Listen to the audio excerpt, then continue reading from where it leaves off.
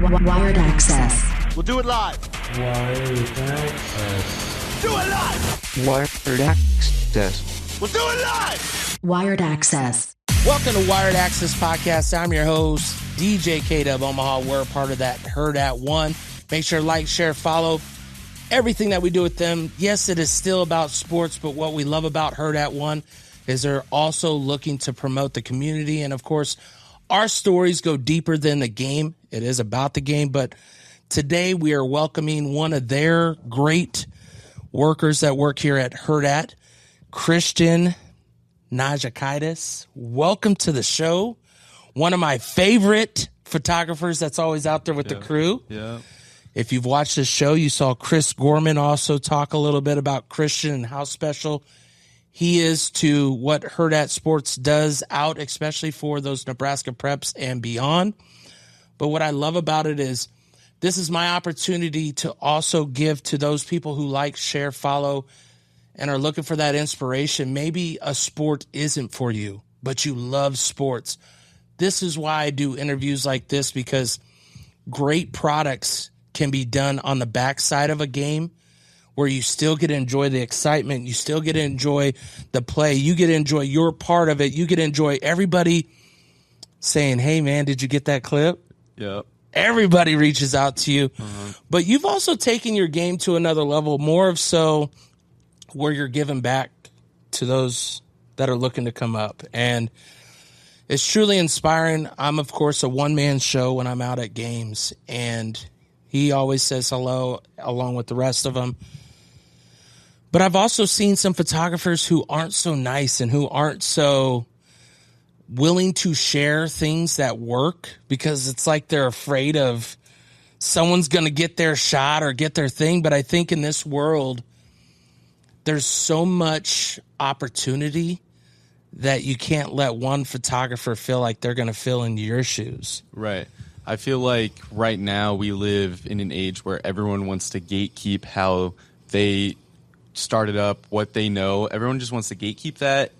I think it's a fear of like losing their job because they didn't get this certain shot, or it's not as cool as what someone else is doing, and that's not what I like to do. I think like you mentioned, I share a lot of how I do things because it's like I'm going to continue to grow, and I want other people around me to continue to grow and just grow in this field because I love it so much, and I want to contribute as much as I can to do that. Well, and of course the technology's changed, but just the way to go about it and how quick you need to get it is very important. So if you can help one other person outside of here gain that quick knowledge, it's different. But your story starts well before this part with Hurrdat Sports. What was kind of your sports growing up? What was your life around sports, and what made you interested? Yeah, when I was growing up, I was a baseball, basketball kid, and I wasn't great. And then going into high school and I guess middle school, I did a little bit of cross country and track, and that's where I really fell in love with sports, is because that's a sport that, in my opinion, doesn't get covered as much as it should, and I love covering those types of sports. And I was on a really good high school cross country and track team, and we just weren't getting the coverage we thought we deserved, or I thought that our team deserved. Like, we were nationally ranked in Nebraska, which is like, that's super rare that we have that good of a team. And it seemed like nobody was covering What us. school was this? Millard West. Okay, so Millard West doing some. So my kids went to Papio South, which is another school around here that's very strong in their cross country, and like, these are opportunities for kids. These are scholarships for kids. These are things that I think people lose track of a possibility because it's an individual sport for the most part. Yes, you are as a team and you're pushing each other, but every time you ran, you're going to beat yourself. Yep. And I think that's what was almost unique about my team, is like, it was next man up. Like, there wasn't a specific person where we relied on them to play their part and be like, oh, you go out and win it. It literally could have been any of the top 6 people that go out and win this race. And I think that's what was so special about my team, and what made me interested and want to cover my own team and get my hands on a camera. And that's ultimately what led into my love of sports and covering sports. You, of course, played the sports. You started finding that love. What was kind of that turn switch for you? Because, of course, everybody wants to be a part of that team. They want to feel like they can do it. But if you realize who you are, sooner than later, your heart doesn't get as broken, and then you're able to find your passion, love, and drive as you did. When did that start for you, and how did you really realize it? Yeah, I think it started my senior year when I knew that cross-country and track wasn't something that I wanted to do for the rest of my life, and I loved just holding a camera, and I just like you mentioned, finding out who you were. I knew that cross-country and track were probably my history, but like that's not who I'm going to be known as, and that's not who I wanted to be known as, and I just like felt different while holding a camera. Like I actually felt like myself when I had a camera in my hands, and so that's when I knew like this is something like I want to take to the next level. What's your first camera that you remember touching and starting to use at the high school? Was it something that the high school provided? Because not all high schools have these opportunities, but I know Miller West has obviously a little extra on that side where they can provide the opportunities. What was your first experience? Yeah, well, it's funny that you mentioned that. Like we are pretty gifted in that sense of like most schools don't have like a journalism program, or they might have a yearbook and it's just ran by the teacher, but like we have like a whole staff. Like it's like a whole production crew ran by high schoolers, which was super useful for me to really learn. I remember just asking my teacher if I could we had a bunch of cameras. Like I just asked to like check out a camera, go play around at a football game, and go film some high school sports. And that was kind of my first experience. Like I knew nothing about filming sports, but like he gave me an opportunity, and luckily we had the equipment to go out and do it. What was that first one? What was that camera? You got to remember. It was a Canon Rebel T8i, which like it's terrible compared to anything that I have now, but like I remember it, and like I wish I still had that camera, like because that's something I would put on my shelf for sure. And it's those things of that first one, and I say it because I'm a DJ outside of here, and my first one, I know my mentor was like, go get the mixer that you want to use. You don't want to just keep buying. And I'm like, no, I want to buy the smallest. So I bought a Pioneer SB, which is like probably about this big. I said, I want to learn and make sure that I have the passion and the drive for it before I drop hundreds and hundreds of dollars. And thank you to Guitar Center. They offer every so often where they'll give you full credit and then some. So the only thing I really lost on was warranty, right? Like if you deal with these electronics that are very pricey, make sure to get those warranties, because those are the things that could save you with the love that you have. So you get this first camera, you go out to a football game. Now, did you have any idea of what you needed to catch or what you were even looking for? What do you remember about that first game? Well, I remember I looked back a couple years ago at some of the clips. I don't know if I still have access to them, but I looked back and you can hear me like cheering in the background of these clips, which like, if you guys don't know, like you shouldn't be doing that on the sideline as a media member. Like you shouldn't be cheering for a specific team. And so that's one thing I like cringe at is like, I was like cheering for my team, which like, but you were doing it for your school. So that's different from then to now, because for those that don't know, in order to have a Nebraska credentials for the Nebraska Association, you have to not have any interest on either side. You were just doing your job. Yeah. So, of course, you're doing it for your team. You may cringe at it, but that was what your job was. Yeah. So even like how I shot that game was like for a specific team. Like, so in that case, for Millard West, while in now I'm covering both sides, but like that was specifically for one team, which is very rare that I ever do that now. You of course get that first game under your belt. What'd you learn in that first game that you're like, that did it grow the love for what you're doing? 100%. Like I never thought it would be gone this far, but like I loved every minute of being out on the field. Like I was never an athlete, but I always wanted to be out on the field, and this was a way that I was able to do that. What was your peers' reactions when they see that you have the camera when you first started compared to where you are now, when you see these future Nebraska preps that just as soon as they see you, they know?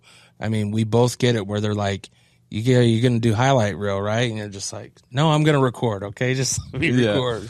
I always just remember a conversation I had with my grandma, and she just like was like, this is cool, but how does it make money? And I think that was something where I was like, I don't know yet, but it will. And like I was committed to that, and I just remember that conversation, and then like all my friends, like they loved it. They supported me so well, and I think that's another reason why I kept going, is because like I was the guy with the camera. Like I showed up to an event to like watch, and like somebody knew me and was like, "Where's your camera?"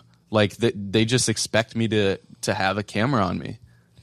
You of course go through your senior year, getting your feet wet here with the photography. What's some people that you were able to mentor and maybe learn some things from? Who kind of helped you groom yourself, at least in that senior year where you're just picking it up to start? Yeah, I got to give a huge shout out to my buddy Alex, who I've known him since middle school, and really we both love sports, photography, videography. We love it all, and we did everything together. Like he was actually on the football team, and so like he started his sports videography journey just right after football season, and we did everything together. Like I don't want to say I specifically mentored him or he mentored me. Like we just collabed and worked together and worked great on projects, and ultimately like we both just grew so much.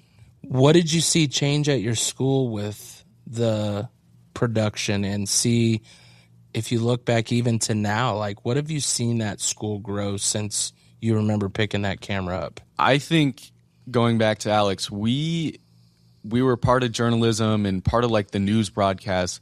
We brought a different level of creativity to that team, and I still sometimes go back and watch some of the work they're doing, and they're doing the same things we used to do, like similar to just holding the camera. We would walk around the school, and there was a trend on TikTok where you ask people what music they're listening to, or ask like just like silly riddles, stuff like that. Like nobody else was doing that, and like now I think it expanded so much to like how the school gets covered and how people tell their story.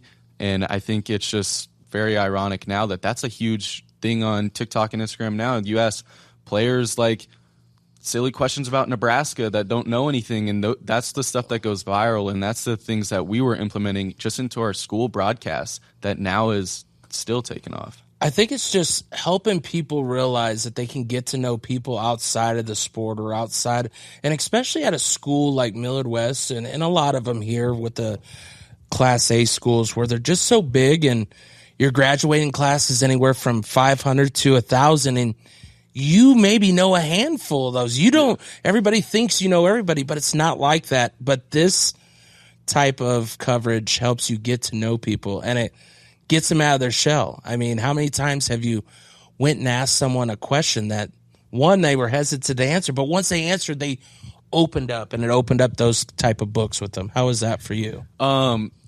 I was always nervous talking to new people, but like once you get the ball rolling, like you said, maybe like make sure both sides are comfortable with like what you're asking them, and knowing that it's like all fun and games, like it's a ton of fun, and like you gain so much confidence in like interacting with people just from those types of silly questions. It helps out a ton.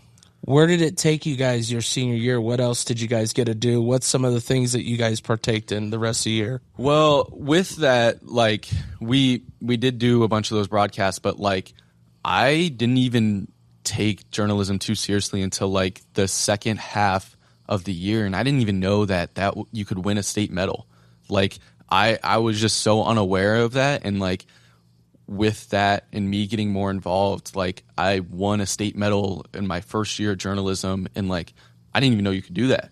Like I always thought like, oh well, I'm not on the football or basketball team, I'm not like a huge crazy good athlete, like state medal is never going to be mine. And then like I have one in journalism, so that's where it led me. And I just like I didn't even process that you could win medals in journalism.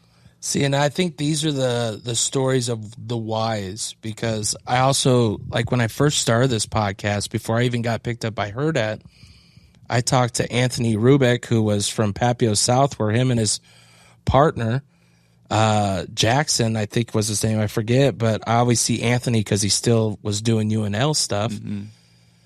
They were like 3-time state champs in journalism. And it's like that part of it he was able to take to Lincoln. And then you see on Twitter or X, which for those that don't know, I continue to say, I know Instagram is ruler of the camera, but if you want sports, Twitter is all it's about. It is still live on there. And seeing them do it at that level now afterwards, it just proves to show that hopefully there's parents out there where if your kid is not the athletic kid, it's okay. I know I cover esports. I think people are afraid to know that esports, especially since COVID, is providing opportunities. I mean, Iowa Western just won, what is that soccer? What's the car soccer Rocket game? League. Rocket League. They just won Rocket League championship. You know what they got?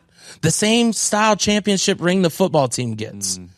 Like, those are the things that, you know, you get that first championship medal and you feel that your senior year. Does it put any regret, or just a matter of now I can help others see this to change? Because of course it wasn't until your senior year that you could have went 4 for 4 if you tried. Yeah, I am in the same boat of like just regret. Like, I wish I would have started earlier. I wish I would have learned more, been involved more, and yeah, there's just so much regret with that because I would have been way more involved. How did it change your outlook for even yourself when it came to your knowing that your track and your cross country was over? How did that change for you, knowing that you could still be around sports in any fashion that you want, but now you get to just see the people's reaction and then hear them come at you? Yeah, there was so much positivity towards myself because it was like, okay, maybe I'm actually good at this. Maybe this is something I can pursue, because clearly the sports side of it didn't work out. I was really confident in myself after like getting an award. There were like a couple like other like student awards that I got for a couple other stories, but like that didn't mean anything until you get a state medal. That just like boosted so much self-confidence for me. And what was the state medal? How did you get involved? How does the competition go? What is that whole process? Well, so for me, I did like, my teacher submitted the best stories for each category. Luckily, I was under a sports broadcast, so all my work was already submitted. But if you're like submitting for a sports story or other journalism where you actually have to write, you have to show up in person, and once the timer starts, you get like an hour and a half to cram the story out, and they give you like a box score, they give you like the press release, and you have to write about it. That's not me. I'm like, my work was done months ago, so I actually just had to sit around and wait for all these people to finish up while I was getting nervous, and then we get into this auditorium, and then like I wish they would have like shown the videos or given like trailers or said something, but they just announced your name and what your story was about. Did you guys put it out on the web as far as your story? Yeah, so it's still out there. I go back to watch it a couple times, and I realized how bad it was in the moment and like how much I have improved from that. So, you know, I thought it was really good when I first started out, but looking back, like there's so much more improvement that could have been done. See, and that's what I love about what we get to do is the adversity that you can choose, right? You could choose to sit still and stay in the moment of what you're comfortable with, or you could continue to look all around and push yourself further because of things you see. What did you take that whole senior year before your graduation and go from beginning to end? If you look at where you started and where you ended, what was your biggest growth, and what was your thing that you wish you would have grown quicker on? I think my biggest growth was finally like finding a route that I wanted to go down. Like, I knew that I wanted to do something with the camera. I like sports, but actually finding an avenue that worked for me was my biggest growth, because I'm going into college. Like, I need to know. They say you need to know what you're doing when you go into college, and like finally finding something that clicked was super good. And then I think I just struggled so much with wanting to start earlier. Like, I wish I would have gotten my hands on cameras way before I did. Well, you got to know, okay, just so you're aware. Like, I've looked back through. I'm now 42, and I have my 4 kids. They've all graduated. But I look back through the years, and I never put it all together until you look back at that process. And I see I used to record games for my son's basketball team. I remember recording and writing down stats for the game. Like, and it all comes together now to what I get to do, just not for my kids because they're all grown. You got to look back at it on those things of going where I was, what I found from it, and where I can be, because I'm older in my years. I've only been DJing for 12, 13 years. So, I mean, what could have happened had I done it in my 20s? Had I done, I don't know. You know, I've seen a lot of things since then. So for you, I think the best part is, one, you found it before college. So you were able to go to college. How did that process go for you? Of course, we always share all the scholarships, all the people who get, because I normally don't interview high schoolers until they get a commitment, because I feel that's a hard process. What was your process for college? Of course, you didn't have colleges, or maybe you did for photography, finally start seeing who you were. No, I got looked at by a couple schools for cross country and track, Iowa Western being one, and Buena Vista, and like just schools that like I didn't think it was worth my time, and then it's a huge commitment on your body. Do you want to grind? Yeah, and so I was like, maybe there's a different route for me, and I toured only like Lincoln and Kansas for like schools outside of their athletics, and I ultimately stuck to Lincoln because of proximity, and I'm a family guy. I love being around my family, and so I chose there, and there was there was nothing for me for photography. I think like I went there, but like I wasn't like locked in and like, okay, I'm going to be a part of this. I mean, I knew I was going to be part of the journalism program, but like I didn't know besides that. Like I had an internship lined up, a part of the school, but other than that, like I wasn't involved too much there. Well, and especially with Lincoln, everybody's like, you can get on with anything. You can, but you also got to know who you're talking to, who you're dealing with. Where'd you get on with Hurrdat? When did you do that? So I started my sophomore year, and it's crazy because I worked my whole freshman year still doing photography, videography, covering all sports. Like I was sneaking into events to like cover and take photos. And why'd you have to sneak in? Did no one offer, or you didn't have no one that you were working for? I didn't have anyone I was working for, and like Lincoln schools are more strict about Omaha schools, and that's where I was. So I was going to a bunch of Lincoln schools, but mainly I would cover cross country and track because like there's no one at the gate stopping you really. Like if you're there to take photos, and so.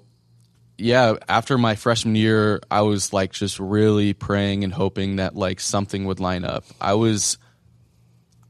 like didn't have any job lined up. The internship that I was doing, which was really cool, it was like with the athletic department, kind of like I worked a couple Husker football games, not how I thought I'd work them. I was kind of in the back rooms, like editing videos as they came in, and wasn't anything that I wanted to do.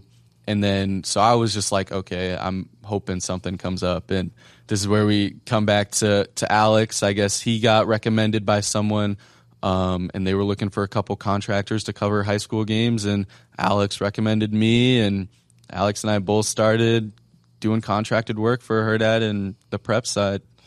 You, of course, talk about the college part of the unknown, because everybody thinks that just because you go to a college, everything is there. Was it not having the right guidance, not having the right contact, or maybe just not knowing how to reach out or what to do, how come you never got a part of like Husker Vision or any of that stuff? Yeah, so my freshman year, that's what I was. I was Husker Vision, okay. But I almost wish I was more on the athletic side of it, where I was actually down on the field or covering all sorts of games. And when I was part of Husker Vision, I think there was just less knowledge that I knew. Like, I didn't do as much research into all the other opportunities. And I think that's something that I would recommend anyone trying to get in the field is like research all your opportunities before you actually commit to something, or you commit to something and it's not what you wanted to do. So now you get to do the Husker Vision. Is there people that are able to be contacted? Like, you're in the journalism. I'm trying to understand how I guess maybe the pecking order goes there. How do people get so involved? And then yourself, who's very getting into the talent, just gets kind of lost in the sauce. I don't know how that really happened. I feel like there was, I don't know if it was like on me, but like it seemed like we had a meeting one of the first weeks and it seemed like everybody knew where to go, knew what to do, but me.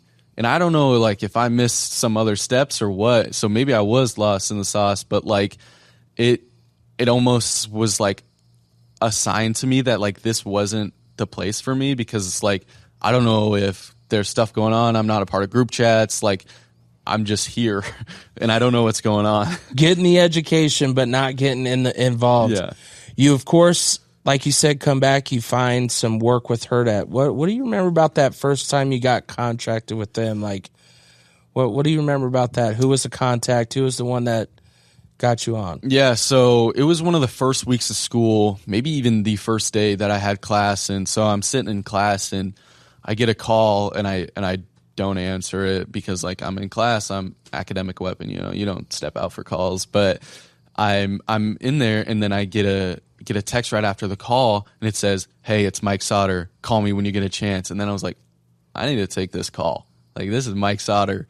And so then right when class ends, I call him back and he was like, "Hey, we're looking for people to do some video and photo work and you were recommended through so-and-so and can you do it?" And I was like, absolutely. What's the first game you get to do? I did a Lincoln football game. I want to say it was like a Lincoln Southeast football game. I don't know who they played, maybe Lincoln East. And that was my first event where I got paid to actually show up and be there. What was what's kind of the criteria that you remember getting then that you of course don't get now, where they let you kind of go do what you need to do? Yeah, well, I actually had a pass, which was like super useful to like have that confidence. Walking in the stadium with a pass is like, it's a different feeling, Walking down the field like it. I always tell people, and especially once you get the pass and you respect the pass, if you act like you're supposed to be there, you're going to be there, and everybody treats you like you're going to be there. Yeah. So that first game you get down to the field, what all did you have for criteria that you had to do? It pretty much was just like cover the game. Back then, this was like 3 years ago. Dude, time flies though. Yeah. We focused a lot more on like game recaps. So like it was shoot the game and then put it in this like minute to minute and a half long video for people to watch. We realized like nobody's sitting down and watching a minute and a half video on Instagram and TikTok. So now it's way different. Now it's like, okay, pull the best clips from the game and we're going to post those separately, maybe put two together. But it has changed so much, because it was like I would just show up to an event, film the whole game, and then give them a minute to 2 minute long video, and then I'm done. Now it's like, okay, they want a bunch of different clips that we can like have scheduled out throughout the whole week. It's way different. You of course get that first game. How quick do you continue to get more work from Sauter and them? Well, I think Sauter joked that like he thinks I should have been full-time sooner, because I was kind of the guy that he turned to. Is like, "Hey, we got this game this week. Hey, we got this going on." And I was like, "Okay, I'll be there. Like, it was pretty much every single day, every other day. Like every day I had class and then I had a game at night. Like I would do everything, and like it was crazy like how how much work ramped up so fast. This is exactly a great point, though, because this is what it takes. You ever want to get into any field, whether it is photography, whether it is covering the sports, no matter what it is, this is how it is. You have to put in that grind and show these people that you need me, I'm there, I'm there, I'm there. Are you also working any other job prior to this that you had any commitments to? I worked at an arcade, and I also worked at Hy-Vee because camera gear is expensive, and like I'm always wanting to upgrade, and so like I didn't have any other commitments besides that, and like I chose to cover sports over those all the time. Like I'd be like, oh, like it got to a point where I was like, okay, I can only work Sundays. Oh, something came up on Sunday. I'm not going to work there. And then I was like, I haven't worked there in 2 weeks. Like I'm going to just quit. Like I keep asking for days off, and that's how I knew this field was for me, is when I would show up to Hy-Vee or when I'd show up to the arcade and I'd be like, ugh, got to clock in. This doesn't feel like work anymore. It doesn't feel like I'm forced to clock in. And that's how I know I found the right job. How does this conversation, do you remember at the beginning of your sophomore year and you get involved in this, how does this go with your grandma? You brought that up. So I know it's got to be important for you to be able to talk about your first money you made with her to her. Yeah. I think she just never understood the side, how does social media make money? And I didn't understand it either. And then once I finally had a job locked in, like the support, she was supporting me either way, but like the support is just like endless. Like they're always asking me, oh, where are you working this week? They just know that like I'm going to be out and about working things, and like that I couldn't have been happier that like I had something lined up. And yeah. When you go through that first year, what's probably the hardest thing to do outside of the photography for yourself for life? Yeah, I would say juggling. I mean, I had a full schedule of classes, and like as a freshman, you're taking bogus classes like math, like things that are never going to apply to your career. I remember my freshman year, I took like a ancient Greek class, like ancient Greek sports, and I was struggling so bad in that class. And I actually I talked to my teacher after class, and he told me that like I needed to pass this next test to be able to pass the class. And I was like, well, I'm just like struggling so bad in this. And he asked what field I'm in. I was like, sports media and journalism. And he goes, if you don't pass this class, you're never going to get a job in the field. They like look at your transcripts and they will see that you didn't pass this class, and they're not going to give you jobs. And after that conversation, like I dropped that class, and now I just want to kind of go back to him and be like, look now. Have a badge, just walk in there with a badge and just start taking pictures. Yeah. What are you doing here? I'm trying to show you jobs happen without this class passing. Yeah. What are you taking pictures of?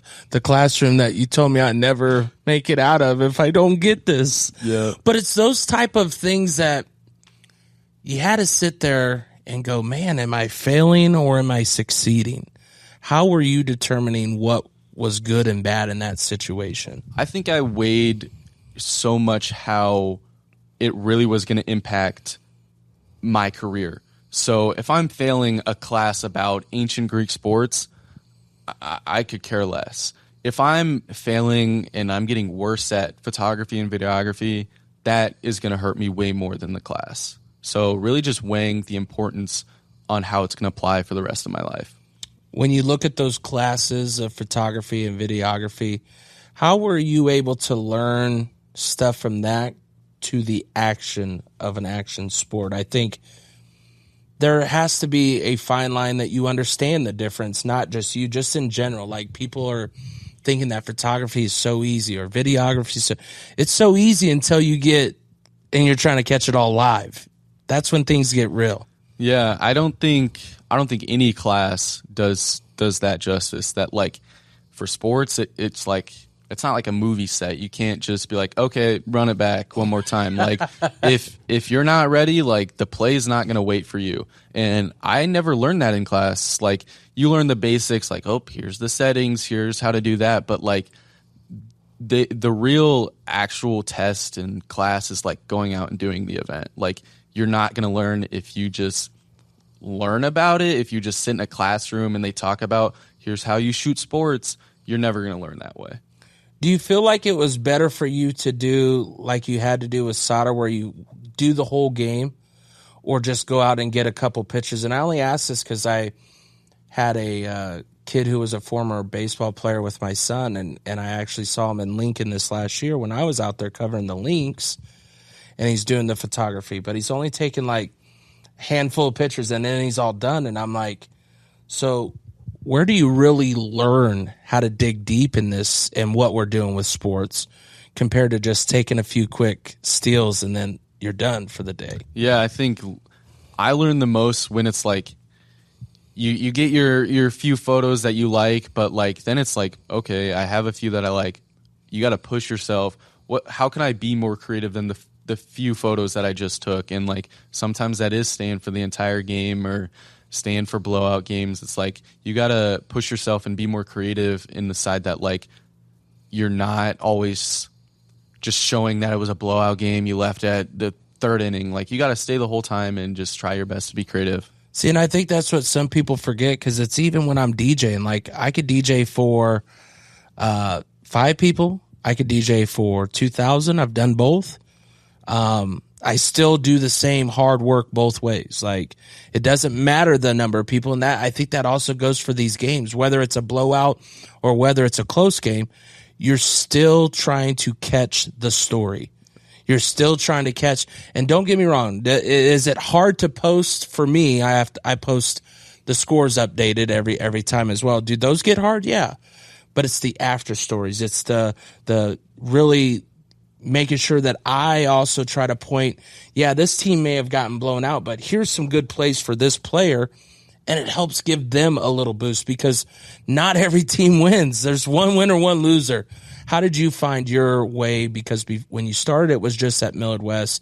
You obviously got into it with Sauter. How were you able to get the best stories for both teams? Yeah, that's a great question, because like there is always a loser and a winner of the game. Like, so I struggled with that, and I think I covered the game on both sides. Like I loved covering the people that lost. Like there's so much emotion after a loss. Like I have some clips that went pretty viral of like kids just like crying upset, but in the background is like the other side of it. Like, so I understood that like the outcome of this game will be a win or loss, but like there's going to be so much more emotion on top of that. You get through that first season of football. What was the best thing that you enjoyed in that first season of football for yourself? I think I learned so much about videography in that first season. Like that's when I like leveled up and was like, okay, like I can really do this. Like, and I really love doing this. And that's what I think I love the most is like, yeah, before I was like showing up to a couple games and like I didn't have to take it so seriously because it was just like I'm not getting paid to be here. But once I was getting paid to be there, I was like, okay, like we need to lock in and make this stuff look the absolute best. You, of course, find your resources and your help. What's some of the things that helped you grow in that first season? I would say not getting burnt out helped me a lot, because if in that first season I would have felt drained the whole time, I'm not going to want to continue to do this. But the fact that I was able to be a full-time student, work a ton, it helped out a ton that like work was something that I went to enjoy and like kind of like a hobby, but I'm getting paid for it, that I actually enjoyed. I know they always give me crap. They're like, even like right now to come do this. I was at work at 4 a.m. I left to come do this. I'll go back afterwards. It's right to whatever I love to do, and doing interviews, doing sports coverage. It's never a job. And even with what I do now, dispatching life flight's not a job. I'm saving lives. What more could I want to do? You're saving lives. You're playing music at different events. You're covering the sports. Like, those things just are a passion and a drive to never make me go, oh, I got to go interview Christian. Gosh, who set this up? You know, it's like I used to have to live that life. And for you, you didn't have to live that part of your life. What are you seeing around you in the industry that helps? And what's some things, I know you kind of touched a little bit on the gatekeeping, but some things that you wish were better? Yeah, I think we'll start with the better side of it is like, I feel like when people are starting out, there's this like crazy ego of like, I don't want to talk to anybody around me. I think I'm the best person in this building. Like, and I was the same way. Like, I would compare myself way too much to the people around me on the same sideline. Like, I would be like, oh, I'm either worse or better than them. And I think that is something everybody in this field might struggle with, is like, I'm not as talented as they are, but like your story is written different. And I now know that, but like when I started out, like, you just compare yourself way too much to people. And I wish somebody would have told me not to do that, honestly. Of course, the sidelines are always great with multiple entities on there and different companies. How have you been able to adjust with working with some of those other companies? Some people are welcoming. Some people are saying, hey, Christian. Some people, they shy away and they like, oh, it's a Hurrdat guy. Oh, they're everywhere. Yeah. We're always representing the company. And so like, I would always be the person to say hello and like be kind.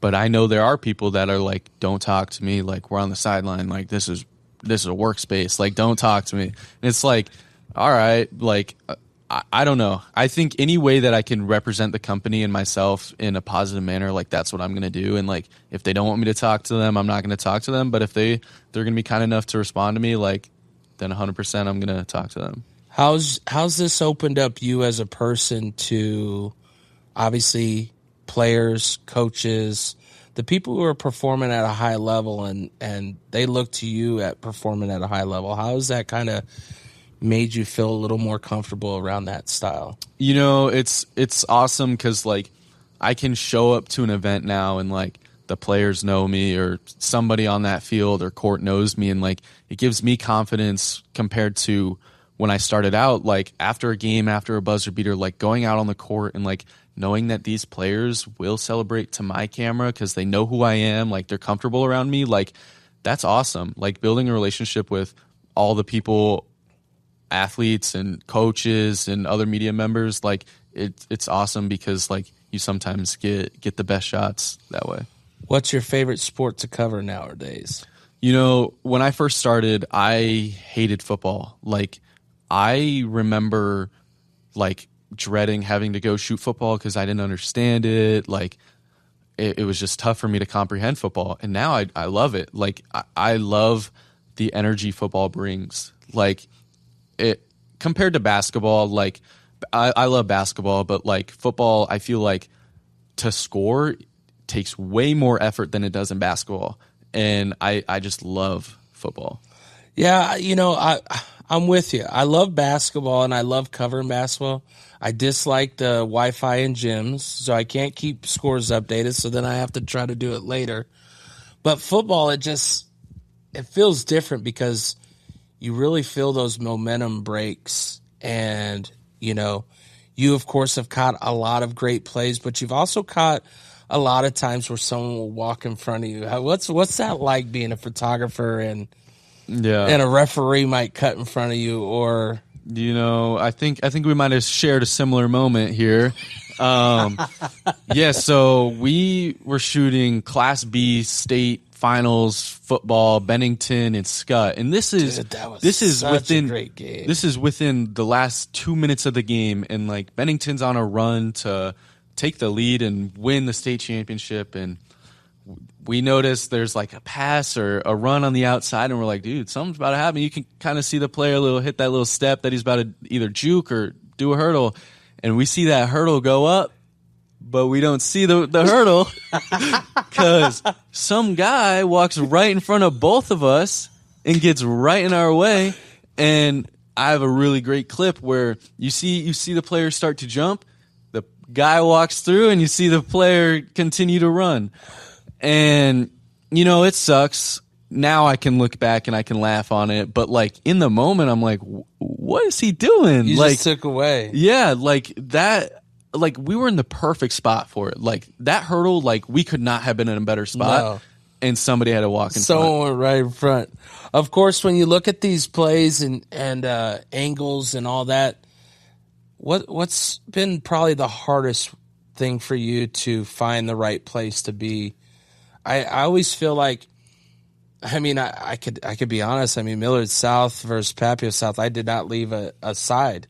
Like I just had that feeling, and it obviously worked in the favor. But trying to know if you want to be behind the play, in front of the play, how's that been for you? And what's some of the things that you've learned through your time? Yeah, I think football's tough because like it's 100 yards. Like there could be a pick six and they're going the opposite way, and you're on the wrong side. I think you also mentioned the Millard South game. It's like that's you kind of know what side to be on, where it's going to be a blowout. It's tough for sure because there are times when you're in the complete wrong spot, but then there's other times when you're in the perfect spot. So I think you kind of just have to take it with a grain of salt, and like sometimes you're in the wrong spot, sometimes you're in the right spot, you know?